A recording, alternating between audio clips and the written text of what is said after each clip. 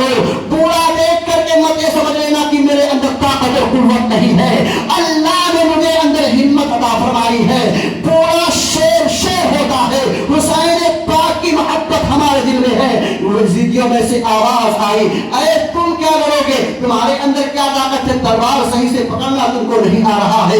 اے مسلمانوں, للکارا یزیدیوں نے. حبیب ابن مظاہر نے بلا جھجک گھوڑے کو ایڑ لگائی. یزیدیوں کے بھیڑ میں گئے.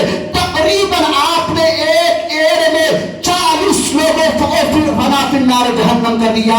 40 لوگوں کی گردنوں کو آپ نے اڑایا اور پھر آپ نے گھوڑے کو دوڑا کر کے سائڈ پہ آ گئے. یزیدیوں نے دیکھا, دیکھنے کے بعد گھبرا گئے. عمر بن سعد کہتا ہے, شمر کہتا ہے, یہ شیر خدا کے گھرانے سے تعلق رکھنے والا ہے. مصطفیٰ جان رحمت کا دیدار اس نے کیا ہے. اس کے دل میں حسین کی محبت ہے. بوڑھا سمجھ کر چھوڑ مت دینا, اس کے اندر طاقت اور قوت ہے.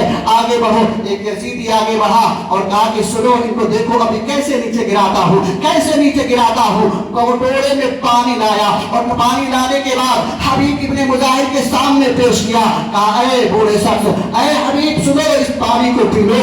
تمہاری پیاس 3 دن سے بھوکے پیاسے ہو, مجھے رحم آ رہا ہے, ترس آ رہا ہے, پانی نوش فرما لو. حبیب ابن مظاہر نے تلوار کو میان میں رکھا ہے اور زین سے معلوم ہے اپنا رکاب سے, گھوڑے کے رکاب سے, آپ زین سے آپ نے اپنے قدم کو نکالا ہے. گھوڑے کو تھوڑا آگے بڑھایا. اس یزیدی سے کہا, جب تو پانی لے کر آیا ہے نہ مجھے, میرے ساتھ قریب آ جا, قریب آ جا. جیسے وہ قریب آتا ہے, حبیب ابن مظاہر گھوڑے کو یوں پھراتے ہیں اور پانی کے اس کٹورے پر آپ نے لات مارتے ہیں. کٹورا زمین پر آ جاتا ہے اور جب آپ نے لات مارا, ان لوگوں سے مخاطب ہو کر فرمایا, ارے تم یزیدی ہو, ناپاک ہو, تم لوگ یزیدی کے کہنے پر بکتے ہو.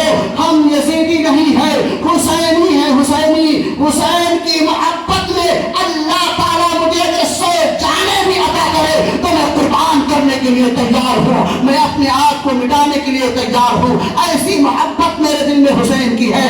پانی سے مجھے گرانا چاہتے ہو, میں پانی سے نہیں گرنے والا ہوں. پھر چاروں طرف سے حبیب ابن مظاہر کو گھیرا گیا اور گھیرنے کے بعد تیر کی بارش کی گئی. کبھی آپ تیر کے وار کو کاٹتے ہیں, کبھی آپ تیر کے وار کو کاٹتے ہیں, کبھی نیزہ کے وار کو کاٹتے ہیں. کئی لوگوں کو پھر بھی آپ نے فی نار جہنم کر دیا, مارا تقریباً کئی لوگوں کو. لیکن آخر میں شمر کہتا ہے کہ چاروں طرف سے تیر کی بارش کرو.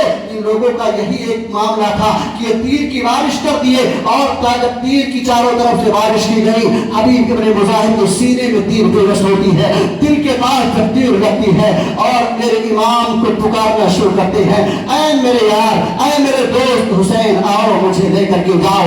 جب آپ زمین پر آتے ہیں, یزیدی پیچھے ہٹ جاتے ہیں. میرے امام حبیب ابن مظاہر کو دیکھتے ہیں. دیکھنے کے بعد آپ نے فرمایا کہ اے میرے دوست, آخر تو نے اپنی جان کو قربان کر دیا, آخر تو اپنا فیصلہ کر لیا, تیری بات اللہ قبول فرمائے گا.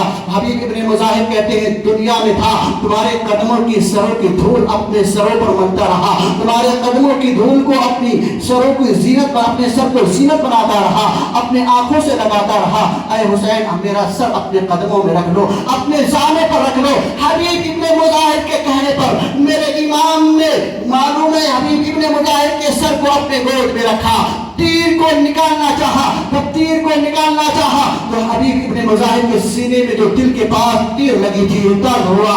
کہا, میرے یار تیر کو مت نکال, میرا وقت آ گیا ہے, میں دنیا سے جانے والا ہوں, میں اللہ کے قریب پہنچنے والا ہوں. میرے یار میرے سینے سے تیر نہ نکال, بس میں تجھے دیکھوں, تو مجھے دیکھ, آج دل بھر کے دیکھ لینے دے. اے میرے حسین, مجھے دیکھ لینے دے. اے مسلمانوں, حبیب ابن مظاہر کہتے ہیں, اے حسین تم مجھ سے راضی ہو کہ نہیں, تمہارے نانا جان مجھ سے راضی ہوں گے کہ نہیں. اے مسلمانوں, اسی طرح طرح کی باتیں کی. امام پاک کی آنکھوں میں آنسو آ گئے اور حضرت حبیب ابن مظاہر کے لاشے کو اپنے سینے سے لگایا, پیشانی کو بوسہ دیا. حبیب ابن مظاہر نے مدینہ کی طرف رک کر کے کہا, یا رسول اللہ, اے کربلا کی زمین گواہ رہنا, یا رسول اللہ, تیرے حسین کے دوستی کا حق میں نے آج ادا کر دیا ہے.